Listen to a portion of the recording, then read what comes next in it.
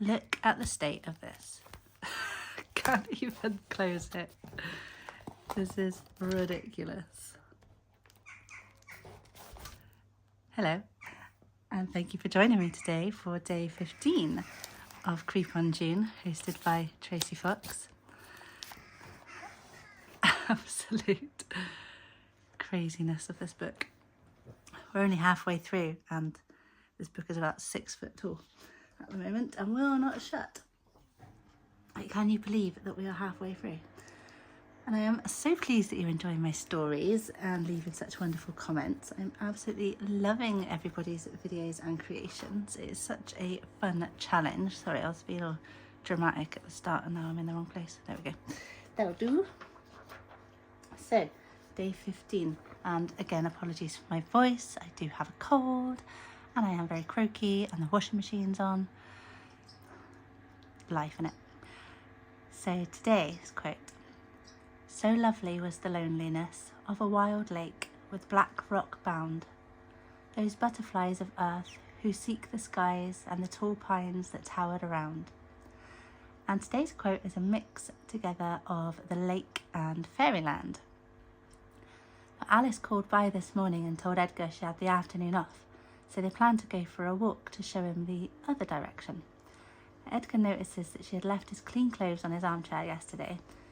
He was so unsettled when he got home that he hadn't even noticed them, but is glad of the opportunity to wear freshly laundered clothes for his afternoon walk with Alice. When Alice came to collect Edgar at lunchtime, she had another picnic with her. She so very spoils Edgar.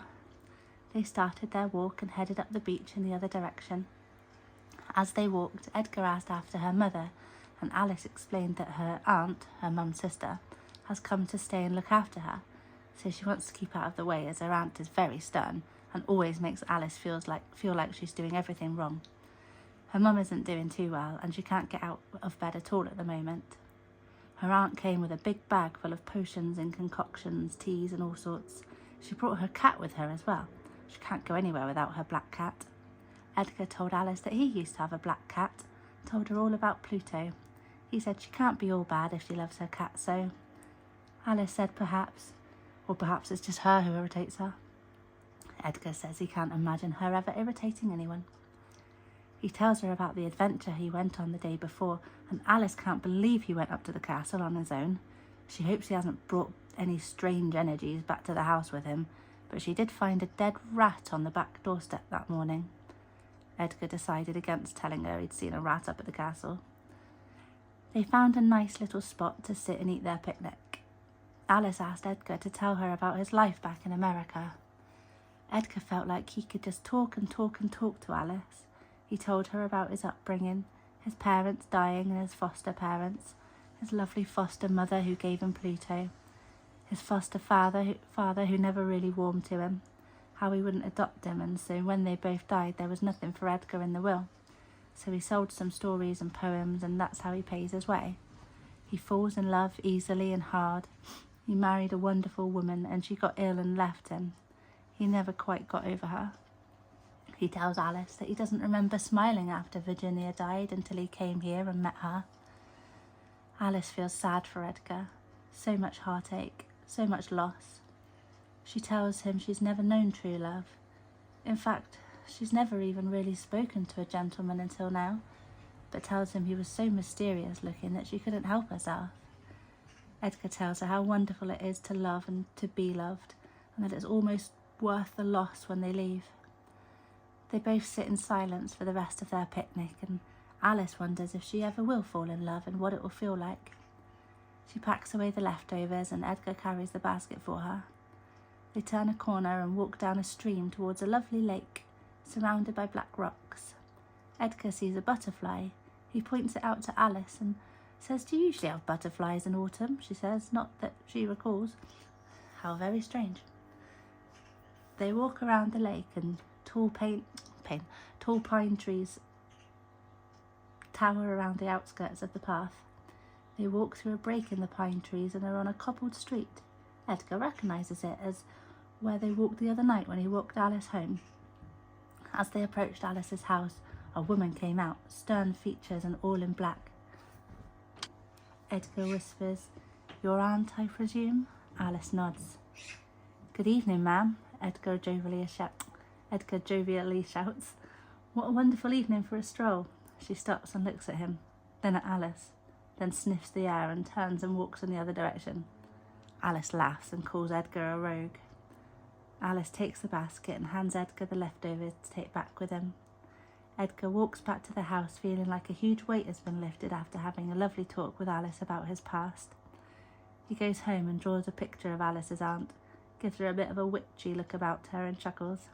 He sleeps well that night, having tired himself out from all that talking. He's really not used to it. I hope you enjoyed today's chapter. And today I've done a very kind of simple background, and there's not much bulk to this page.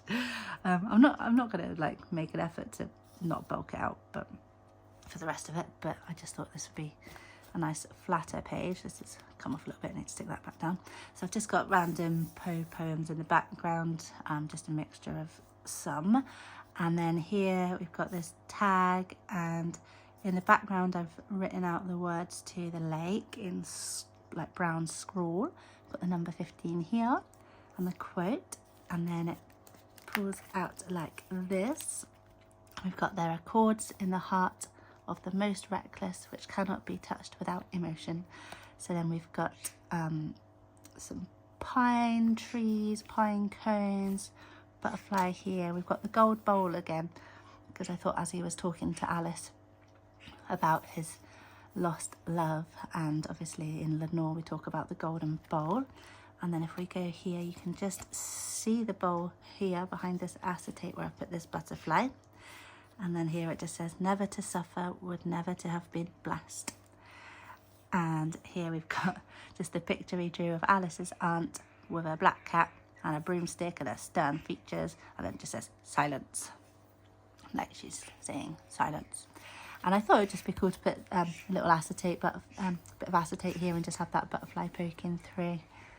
Thought that would be cute. So yeah, just a little flip out tag today, nothing too exciting, but yeah, I thought it looked quite cute. I was going to make this into a tuck, but then I accidentally glued the whole lot down, so didn't, but never mind. There's plenty of tucks and places like that around.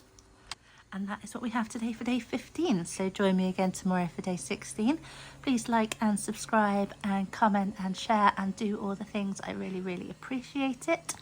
And I hope you enjoyed this and have a wonderful rest of your day. I will see you tomorrow.